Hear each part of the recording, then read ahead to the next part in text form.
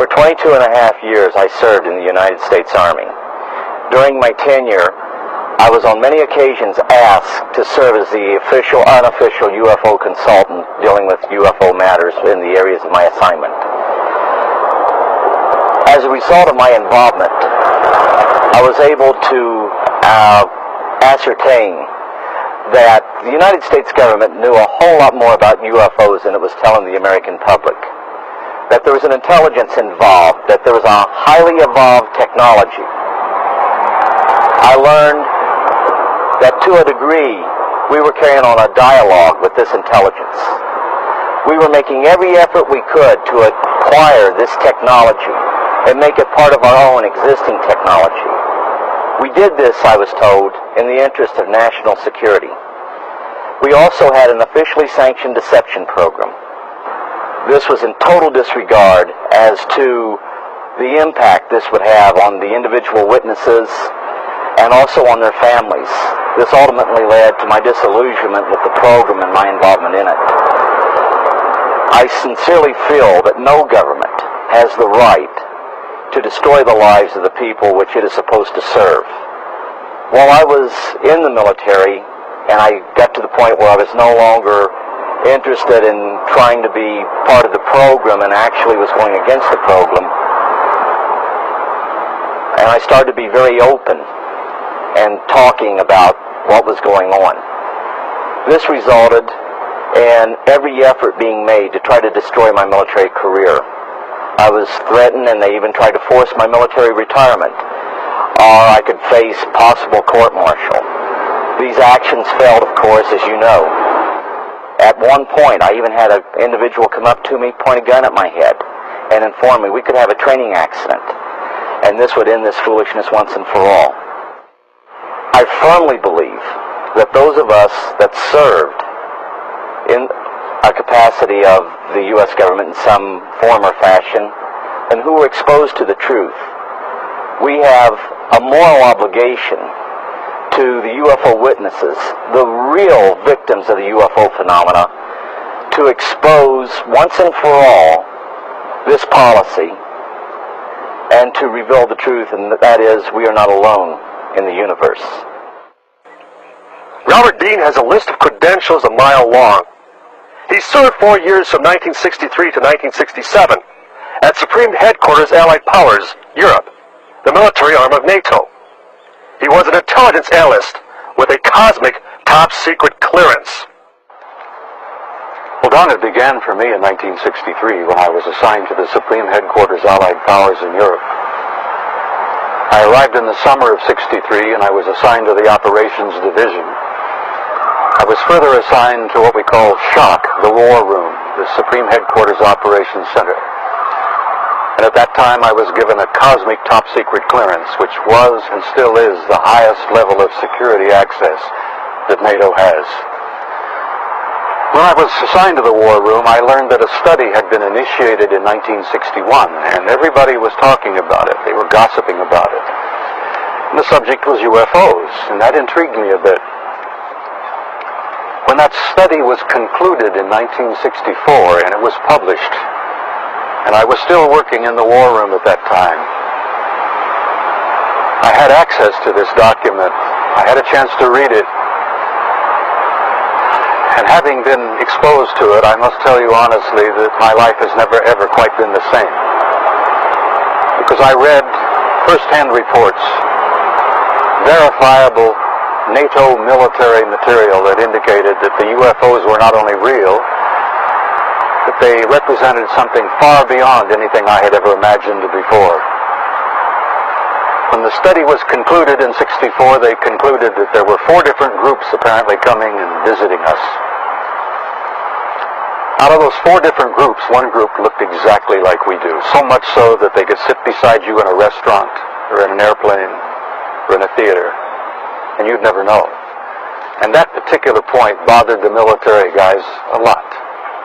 The point being that some of these people from somewhere could be walking up and down the corridors of SHAPE headquarters, or they could be walking up and down the corridors of the Pentagon. One day at lunch, a lieutenant colonel made the remark, he says, "Jesus, do you realize they could even be in the White House?" And there was a little forced laughter at that point, I remember, because a lot of us over the years have had some misgivings about the occupants of the White House. But the point I'm making is that the idea that aliens could be here in our midst bothered the military, because if you're not paranoid when you go into the service, you're certainly trained very quickly to be so. It's the nature of the military mind, I think, to be paranoid. But that was only part of the story. The shape conclusions in '64 was that there were 4 groups that we knew of. They were apparently interplanetary. Some very likely were interstellar. They even concluded that some of them could be intergalactic. When I retired in 1976, many of our military people knew at that point that we were not simply dealing with visitations from people from other planets or star systems. They had concluded by '76 that some of these visitors very well might be multidimensional in their source. The evidence that we had collected and the evidence that they had repeatedly demonstrated to us, and that's no accident. They became very clear after a time that there was a program or a process of some kind underway, that they had demonstrated over and over and over again that they apparently were able to manipulate matter and time. Now this really shook up our scientists. There are a lot of new young scientists in particle physics today who talk about multiple dimensions. There's a brilliant young professor in New York by the name of Michio Kaku, who has written a brilliant book called Hyperspace, where they talk about 10 separate dimensions. I'm not enough of a physicist to try to explain to you what a dimension is, but the idea that there could be intelligences from somewhere else, from other dimensions coming and going into our reality. It's been quite a shake-up in traditional science. I guess I speak out openly and bluntly about this because I feel so strongly about it. I violate my security oath every time I speak about it. I do it intentionally and I do it on purpose, because I feel so strongly that the American people not only have a right to know the truth, but they have a need to know the truth. The truth, Don, apparently is simply this, that we're not alone, we've never been alone.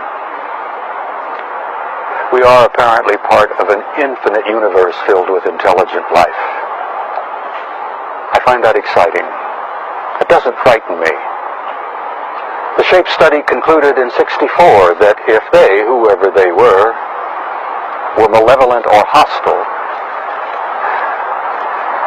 that they could have taken this planet and cleaned it up and eliminated us, turned us into dog food or whatever, a long, long time ago.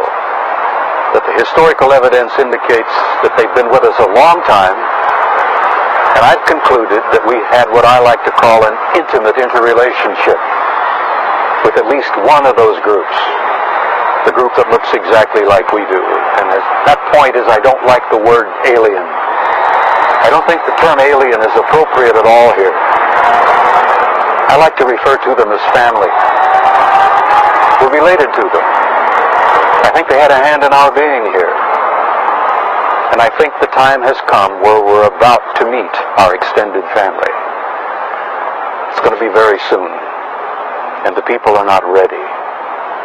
And one of the reasons I do speak out so bluntly and so openly is if in some small way I can help people get prepared for this.